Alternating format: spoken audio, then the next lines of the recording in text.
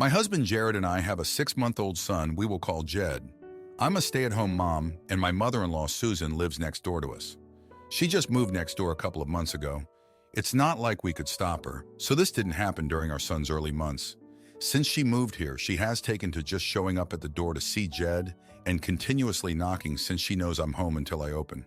It's a real problem when I am trying to put Jed down for a nap or feed him or nap myself, etc., and she has woken him up multiple times.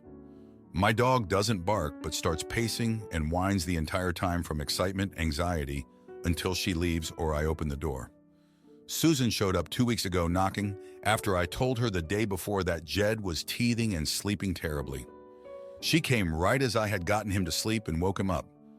I told her at the door it's not a good time, and she said she'll come back later. I told her to please text me so I can make sure he's awake first.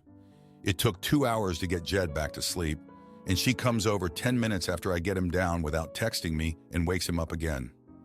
I didn't answer the door. I have a Ring camera, and she stood there for 15 minutes knocking every few minutes or so. After 15 minutes, she finally texted me saying she's here to see Jed. I texted her back saying he's sleeping, and I will let her know when she can come see him, and then she finally left. When Jared got home and I told him everything, he went to talk to Susan and told her she needs to text me, asking if the time works before just showing up, as she keeps waking up Jed. She said she understood and she would only come over when she knows he's awake. He told her to only come over when I say it's okay. Susan has now taken to standing outside our front door and listening to see if she can hear Jed. It's a small old house, so if he's baby talking or crying, you can usually hear it. If she can, she'll knock and stay knocking until I answer. I've taken to just ignoring her and taking Jed and my dog into the backyard or as far from the front door as I can get and playing until she gives up. And I see her leave on the camera. I told my husband, and he agrees with me not letting her in unless she texts me first, regardless of whether Jed is awake or not. My father-in-law Grant, who is divorced from Susan, texted me and Jared yesterday about how she is hurt and how we are being cruel by ignoring her and how she's always wanted to be a grandma and she deserves an opportunity to bond with her grandson. She hasn't seen him in over a week. We were out of town over the weekend and made a Facebook post about how much she misses him. Susan's siblings were commenting about why she can't see him being next door, and she said we weren't allowing her to for no reason. Between Grant and aunts uncles, I am beginning to feel like an AH, but I'm not sure that I am one. Jared did text his dad back, explaining, but Grant said that we are being petty. Edit. Quite a few people have told me to get a sound machine, so thought I'd say we do have a white noise machine we use when he's sleeping, but he is just a light sleeper. Plus, we have single pane windows. Edit. A lot of people also telling me to just let her watch him when she wants and then have time to myself. But she is not a trustworthy caretaker. We will not allow her to watch him unsupervised. Now for a few comments before the update. Comment 1. Not the idiot, but absolutely clear it up so she can't twist the narrative. She's being stalker level crazy. Tell them you have videos of her just standing outside your home until she hears something and then knocking for upwards of 15 minutes. Explain that you have a teething baby who's not able to sleep because grandma knocks all the time and won't respect boundaries. Tell them that you have not banned her from seeing her grandson, only that you told her she's not allowed over unless she texts you and you say it's a good time. She has yet to respect you and your husband's boundaries, so you're not letting her in while you try to take care of your son. Honestly, just stating you have videos of her literally lurking outside your home and then pouncing on your door for 15 minutes at a time will make any sane person think your mother-in-law was off her rocker. Comment 2. Your mother-in-law has lost her sense of boundaries for whatever reason, and you are not the idiot for asserting your right to privacy and independence. Your husband will need to be more forceful in explaining the expectations you and he have of your mom visiting. This is really important so your relationship can be positive, so she is welcome when she comes over, and so you do not have to default to not allowing her access to your home or family, which would be a shame. Now, for the update, thanks for sticking around. So let me tell you what happened next. After all that with Susan, things went from bad to worse. Last Tuesday, she did something that really got under my skin. She showed up with a bunch of toys and started leaving them on the porch, saying they were for Jed. It was like she was trying to buy her way in. I didn't let her in, of course, but the pile of toys outside was like a guilt trip every time I looked out the window. Then on Thursday, she crossed a line. I caught her peeking in through the window while Jed was playing. I lost it. I went out and told her this had to stop, that she was invading our privacy. She just cried and played the victim, saying she only wanted to see her grandson. I felt bad for a second, but then I remembered all the stress she's caused. Jared was furious when he found out. He went over and told her she was on thin ice. But she just wouldn't listen. She said she had rights as a grandmother and that we were being unfair.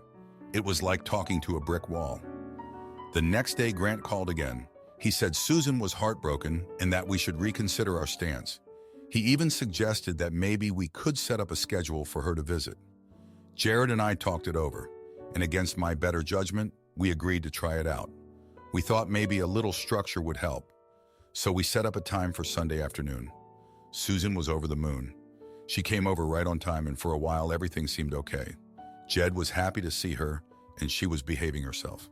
But then as she was leaving, she whispered to me that she knew we'd come around and that a grandmother's love can't be denied.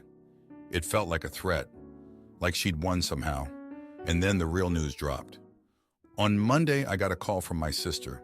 She told me she'd seen some posts on social media. Susan had been telling everyone that we'd finally realized we needed her help, that we couldn't manage without her. She made it sound like she was the hero of the story, coming to save the day.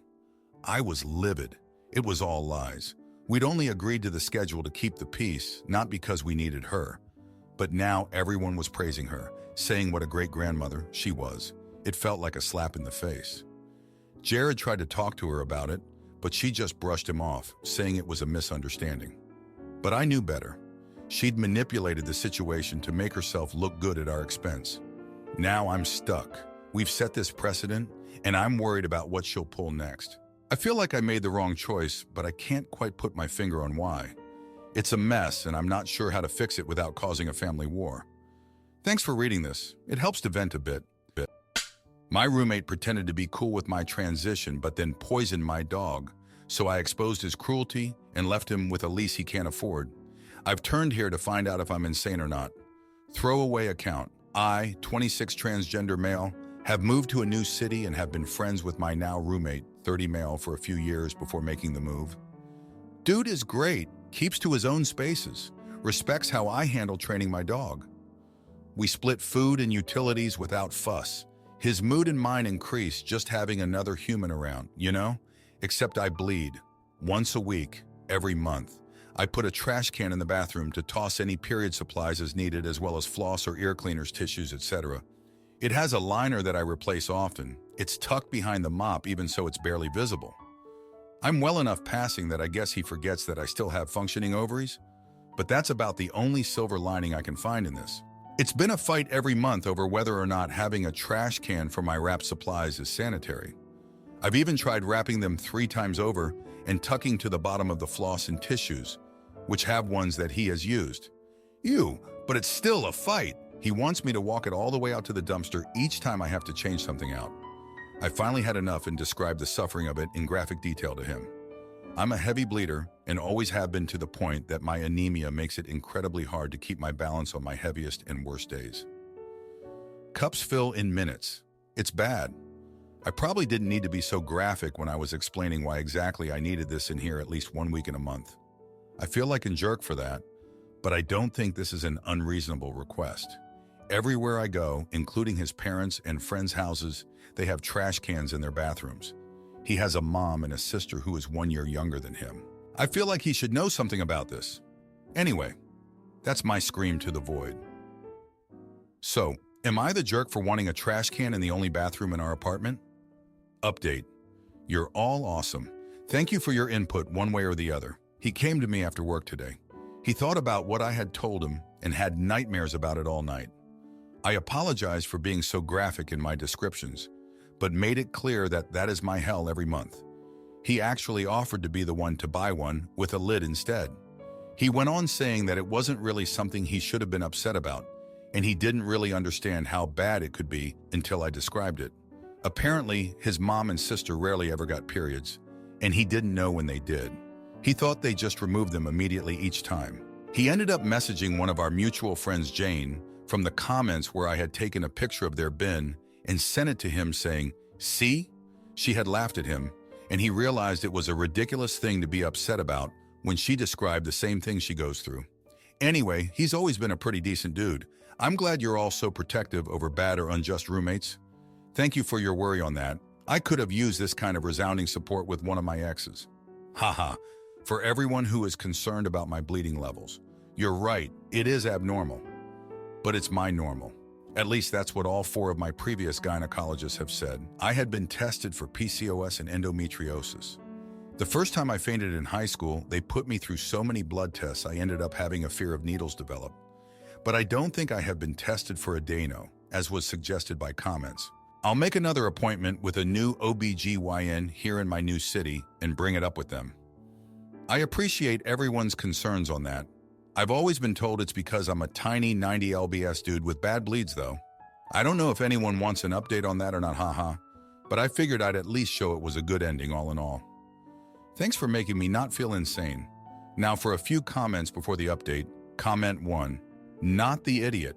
Having a toilet trash can is the standard in most countries with plumbing issues or houses with a septic tank, as anyone raised in the countryside might relate to, in addition to being a necessity for periods. He is being intransigent and unwilling to accept something that, honestly, he'll most likely be forced to accept as he grows, travels, finds love, and moves outside of his bubble. Comment 2. Not the idiot. Period phobia pisses me off. I get obnoxious about it. How dare someone make you feel ashamed about your body doing its thing? I like to use the phrase uterine lining sloughing, but that's me. A covered bin is a good choice. But if the dude is straight and is going to have a girlfriend and daughters one day, he needs to get over it. Now for the update, thanks for sticking around. So the roommate situation took a turn. Remember how he was all understanding after our last talk? Well, turns out he was just putting on an act. He started acting weird, like he was hiding something. I didn't think much of it at first, but then I found out he'd been talking to my ex behind my back. Yeah, the same ex who made my life miserable. They were plotting something, and it had to do with me, but I couldn't figure out what. I was already feeling betrayed when another bomb dropped.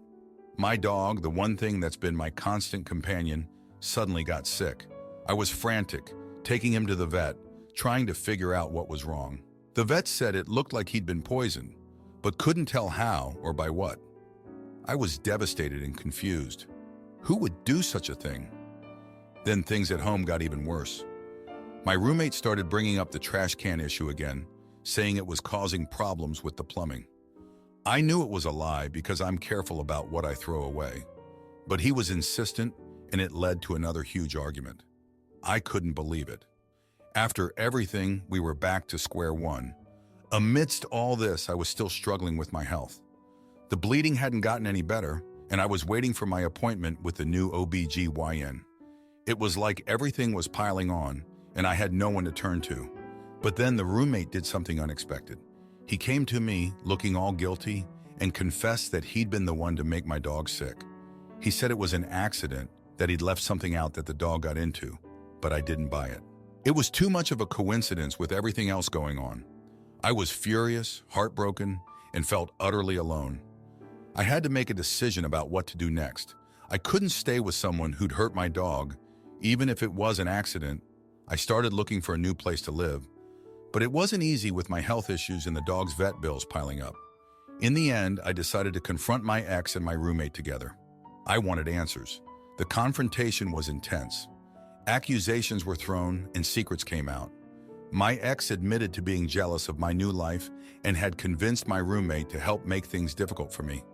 They wanted me to move back home, to be dependent on them again. I was shocked. I couldn't believe these were the people I'd once trusted. I walked away from that meeting knowing I had to cut them both out of my life for good. It was a hard decision, but it was the right one. I found a new place eventually, a small studio that's just mine. It's been tough, but I'm managing. The dog is recovering, and we're both adjusting to our new life. I'm still waiting for that OBGYN appointment, hoping for some answers, or at least some relief. It's been a rough week, to say the least, but I'm getting through it, one day at a time. Thanks for reading. My friend ignored my grief when my mom died after I supported her through the same loss. So when she begged for her sentimental keychain back, I made her apologize publicly and kept my distance to show her actions have consequences. I, 23-year-old female, lost my mom suddenly late last year, 2 days before New Year's and 11 days before my mom's birthday. My friend, 23-year-old female, lost her mom when we were 17. We went to a dormitory school. When she lost her mom, I was there for her. I slept by her side for 6 months, fed her sometimes when she's low on energy, and even bought her a new blouse as she said her mom promised to buy it for her before she passed. I am not active on social media. The only way I announced my mother's death was to our high school group chat and through my WhatsApp status. Many of my former classmates gave their condolences, and 2 of my closest friends called me constantly for 3 days to make sure I'm not alone. She, however, never said anything. She saw my message in the group chat, saw my status, and didn't even give a reply. Not even a simple WhatsApp sticker. I didn't do anything about it. On my mom's birthday, I messaged her, "Hey, you know my mom died last year, right? It's her birthday today. Can I call you for a bit so that I'm not alone with my thoughts?" She replied with, "Oh yeah, I'm sorry for your loss. Don't call me. I'm busy today. I'll call you when I can." She never called. Last week, our friend group finally managed to hang out for the first time in 6 months due to our busy schedules. That day, everyone gave their condolences to me personally, except her, who stayed quiet. While chatting about various things, the topic turned to her missing her mom. She cried and told us that she has a mini pillow keychain made from her mom's clothes, and the scent always soothes her and makes her cry. I ended up crying a bit and subconsciously said, "Yes, same." She stopped crying and said it's not the same. I asked how, and she said because her mom passed 6 years ago, her scent becomes faint while mine is still fresh. She told me that I'm downplaying her grief. I snapped, stood up, and told her, "How am I downplaying your grief when I acknowledge your feelings and said I related to it? You weren't even there for me when my mom died, and this was our first conversation in 3 months." I also reminded her about the things I did for her when her mom passed and stormed out of the cafe. One of my friends followed me and comforted me. I never went back and went shopping alone, then went home. Later that night, I apologized in the group chat for ditching them. She replied telling me I'm a jerk for the things I said to her and for ditching the group when it was the first time in a while we managed to gather together. I told her I'm sorry for ditching them, but I'm not apologizing to her because my feelings were valid too. 2 of her closest friends said I'm the jerk while the others are on my side, but some say I should still apologize a bit. Now that my mind is clearer, I feel like I am the jerk for lashing out like that. She did lose her mom at a young age while I lost mine during my adulthood, so her grief may be greater than mine. Edit, I space out quite a lot. While she was talking about the pillow thing, I was in a half daze and mumbled, "Yeah, same." I have learned that subconsciously may not be the right word to use. English isn't my first language. Sorry. Edit spoiler, I have decided to apologize a bit. I am planning on explaining in the group chat about my feelings, how I felt at the time, and how her actions hurt me while also apologizing to her for how I may have hurt her. I am not comparing grief or making it into a competition, but I do understand that grief works in many ways. I have also decided to no longer consider her as my friend for my mental well-being while still being in the friend group but distancing myself a bit. This decision may upset some of you guys, but I feel that this is the best for my mental well-being. Now for a few comments before the update. Comment 1. Not the idiot. I'm very sorry for your loss, OP. You're the idiot votes are crazy. Your friend was the one who started the Grief Olympics when you were trying to be supportive after she ignored properly acknowledging what happened to you not once but twice. Does she have no empathy? I can understand the first time that perhaps she felt it may trigger her own grief again if she were to hear about your feelings after your mom's passing. But you would have not been a jerk in any way if you had distanced yourself from her after that. There is some level of understanding and grace that needs to be given at times to maintain friendships, but your friend seems too self-centered to be worth that effort. Comment 2. Not the idiot, OP. My condolences on your loss. I lost my mother on December 27th and am still shook. You owe no apology, especially not to this ex-friend. But if you absolutely want to say something to the group, all you need to say is, "I'm sorry you had to witness my reaction to so-and-so, who I was there for when her mom died, but who has mostly ghosted me since learning my mom died. I'm not apologizing for being angry that she let me down. I'm just sorry I did it in front of you guys, since you have been really supportive of me these past weeks." Now, for the update, thanks for all the comments on my last post. So, things escalated quickly after that.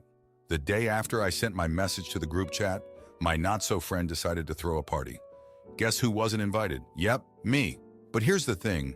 She held it at our mutual friend's place, the one who comforted me that day at the cafe. I found out through a slip of the tongue from another friend who assumed I was going. The betrayal stung, but it also lit a fire in me. I spent the night of the party alone thinking about everything. I was hurt, but I wasn't going to let this slide. The next day I heard from the grapevine that she had lost that precious keychain during the party. She was devastated, and I couldn't help but feel a twisted sense of satisfaction.